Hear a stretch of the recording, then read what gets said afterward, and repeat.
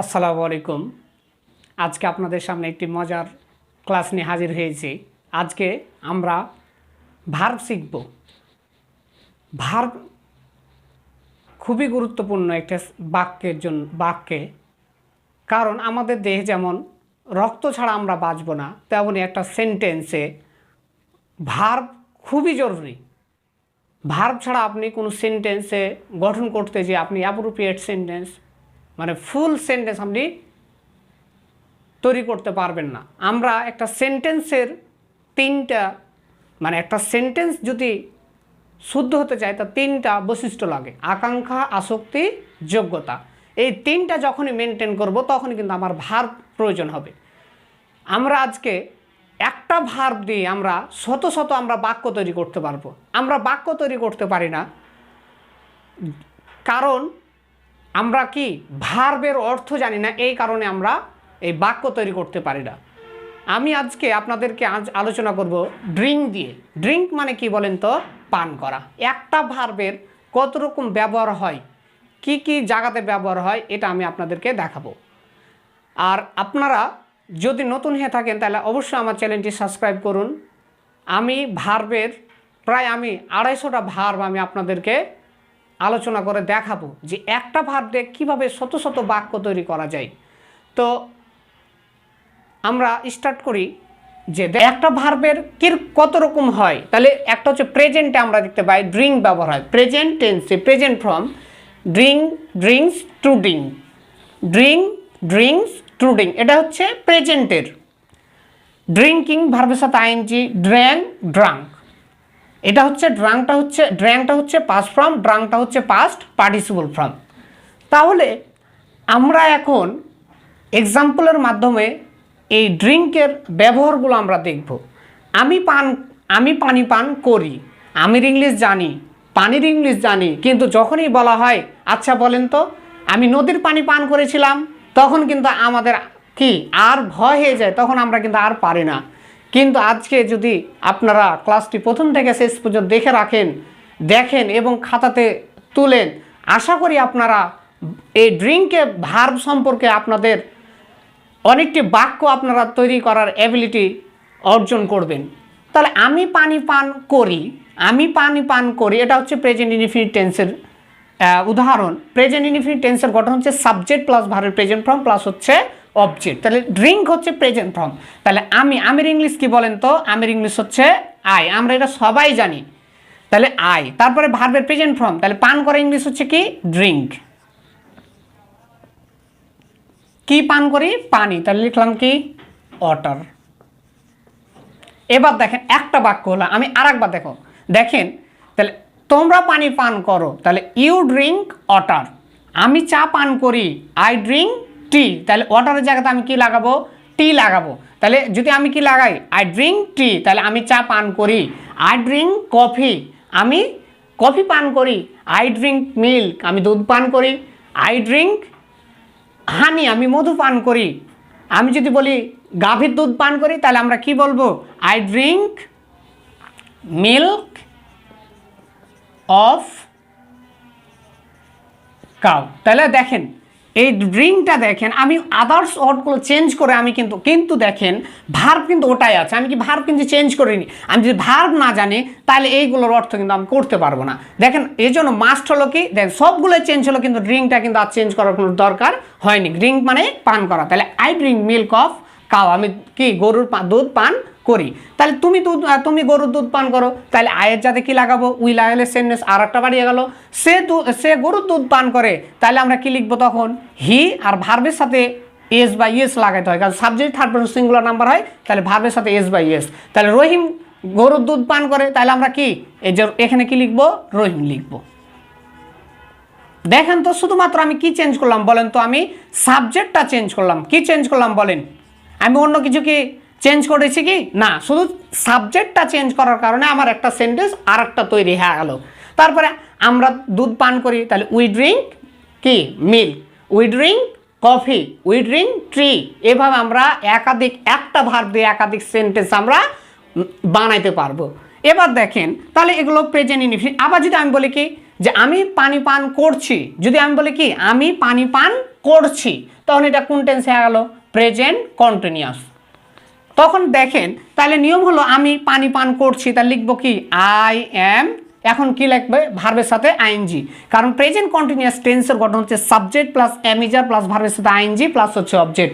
আপনারা আমার ক্লাসটি এই প্রেজেন্ট কন্টিনিউয়াস আমার বিশেষ করে যে টেন্সগুলো আছে এগুলোতে শিখতে চান তাহলে আমার এই আমি ডিসক্রিপশানে লিঙ্ক দিয়ে দেবো, আপনারা টেন্সগুলো দেখে নেবেন, অথবা আমার চ্যানেলের উপর ক্লিক করলেই আমার ক্লাসগুলো দেখতে পাবেন। এই ক্লাসগুলো প্রত্যেক টেন্সের আলোচনা করা হয়েছে, আপনি যদি দেখেন তাহলে আরও আপনাদের জন্য সহজ হবে। তাহলে সাবজেক্ট প্লাস অ্যামিজারের মধ্যে আয়ের সাথে এম, ভার্বের সাথে কী লাগাবো? আইএনজি। ড্রিঙ্ক থেকে কী হবে? Drinking, drinking water. তাহলে আমি কি পানি পান করছি, তুমি পানি পান করছো, তাহলে আয়ের যাতে খালি কি লাগাইতে হবে বলেন তো? ইউ।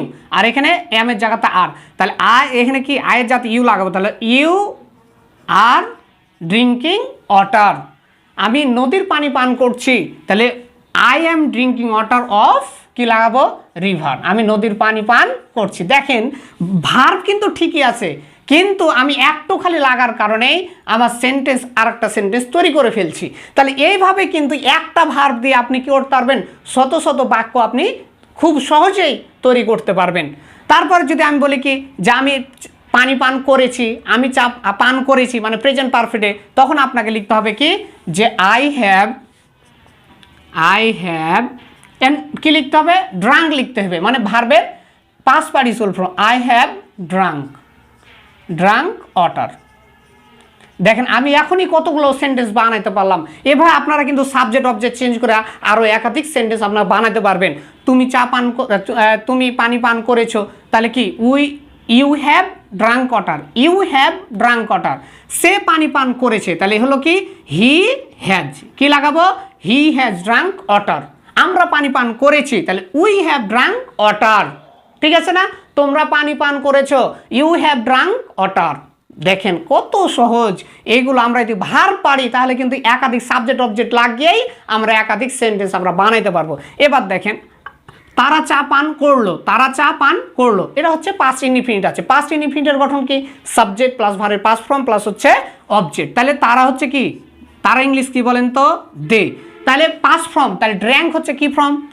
ড্রিঙ্কের পাস্ট ফর্ম হচ্ছে ড্র্যাঙ্ক, তাহলে দে ড্র্যাঙ্ক। কি পান করছে? চা, তাহলে কি দিলাম? টি। কি আমার কথা বুঝতে? এখন যদি বলি তারা আমি চা পান করলাম, তাহলে কি লাগাবো? আই ড্র্যাঙ্ক কি? আমি পানি পান করলাম, আই ড্র্যাঙ্ক ওয়াটার। আমি মধু পান করলাম, আই ড্র্যাঙ্ক হানি। আমি দুধ পান করলাম, আই ড্র্যাঙ্ক মিল্ক। দেখেন আমি ড্রাঙ্ক থাকলো কিন্তু কি সাবজেক্ট এবং অবজেক্ট চেঞ্জ করে আমি কিন্তু কতগুলো সেন্টেন্স বানিয়ে ফেলছি। এইগুলো আমরা ভাবি না, আমরা ভার্ব পড়ি না, অনেক সময় অনেকেই পড়ায় কিন্তু ভার্বগুলো পড়ায় না।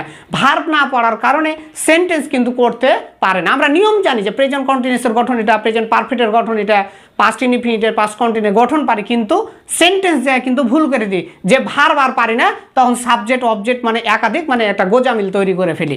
তো আপনারা যদি আমার ক্লাসটি দেখেন টেন্সে, তাহলে আপনারা খুব সহজে টেন্স শিখে ফেলতে পারবেন। টেন্স শিখে কিন্তু আপনারা একাধিক সেন্টেন্সগুলো বানাতে পারবেন। তারপর দেখুন যদি বলি যে আমরা চা পান করলাম, তাহলে কি লাগাবো? দিয়ে যাতে খালি উই লাগাবো। তারপরে যদি বলি কি রহিম চা পান করলো, তাহলে এখানে কি লাগাবো? রহিম লাগাবো। সে চা পান করলো, তাহলে রহিমের জায়গাতে আমরা কি লাগাবো? হি লাগাবো। কি আমার কথা কি বোঝা গেল? তাহলে সাবজেক্টটা চেঞ্জ করাই কিন্তু দেখেন আমি একাধিক সেন্টেন্স বানাইতে পারছি। আবার দেখেন যে আমি চা পান করছিলাম, তাহলে কি লিখবো? আমি ইংলিশ কি আয়ের সাথে কি হয়? ওয়াজ। আর পাস্ট কন্টিনিউয়াস আর প্রেজেন্ট কন্টিনিউয়াসের নিয়ম হলো ভার্বের সাথে আইএনজি। তাহলে ড্রিঙ্কিং কি টি। তাহলে সে চা পান করছিল, তাহলে হি ওয়াজ ড্রিঙ্কিং টি। আমরা চা পান করছিলাম, উই ওয়ার ড্রিঙ্কিং টি। তারা চা পান করছিল, তাহলে দে ওয়ার ড্রিঙ্কিং টি। দেখেন কতগুলো সেন্টেন্স হয়ে যাচ্ছে। তাহলে সাপোজ আমরা দেখেন যে আমি শুধু সাবজেক্টটা চেঞ্জ করছি, আর কিছু আমি টেন্স চেঞ্জ করার কারণে আমার একাধিক সেন্টেন্সগুলো পাই নিচ্ছি। আবার যদি আমি বলি কি দুধ পান করছিলাম, তাহলে কি বলবো? I was drinking milk. আমি মধু পান করছিলাম, আই ওয়াজ ড্রিঙ্কিং কি লাগাবো? হানি। আমি পুকুরের পানি পান করছিলাম, আমি টিউবওয়েলের পানি পান করছিলাম, I was drinking water of tubewell.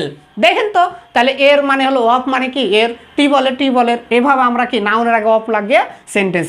কি মজার না এই ক্লাস? এভাবে আপনার যদি বাড়িতে আপনাদের গাইডগুলো যদি থাকে বা প্রত্যেক গ্রামারে কিন্তু ভার্ব দেওয়া আছে, আপনারা ভার্বগুলো মুখস্থ করবেন তাহলে। আর এই যে ভার্বের ব্যবহারগুলো present form, past form.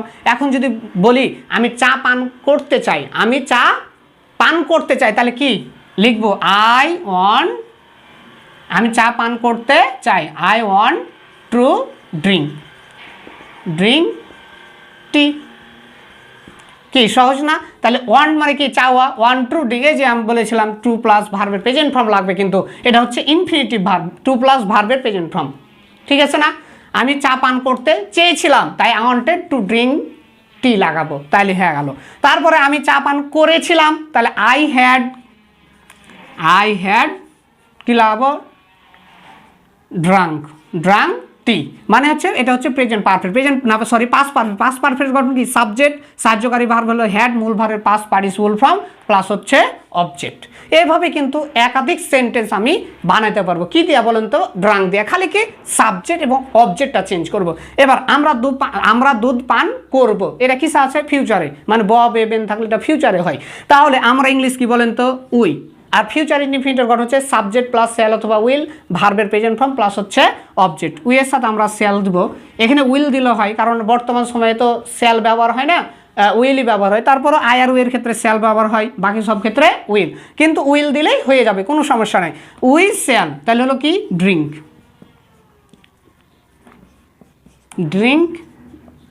Milk. ঠিক আছে না? আমি দুধ পান করব, তাহলে আই শ্যাল ড্রিঙ্ক মিল্ক। তোমরা দুধ পান করবে, ইউ শ্যাল ড্রিঙ্ক মিল্ক। তুমি পানি পান করবে, ইউ উইল ড্রিঙ্ক কি লাগাবো? ওয়াটার। আমরা পানি পান করব, তাহলে উই শ্যাল ড্রিঙ্ক কি? ওয়াটার। ঠিক আছে না? তারপর আমরা মধু পান করব, তাহলে হলো কি? উই শ্যাল ড্রিঙ্ক হানি। সে মধু পান করবে, হি উইল ড্রিঙ্ক হানি। কি এভাবে আমরা সেন্টেন্সগুলো তৈরি করতে পারবো।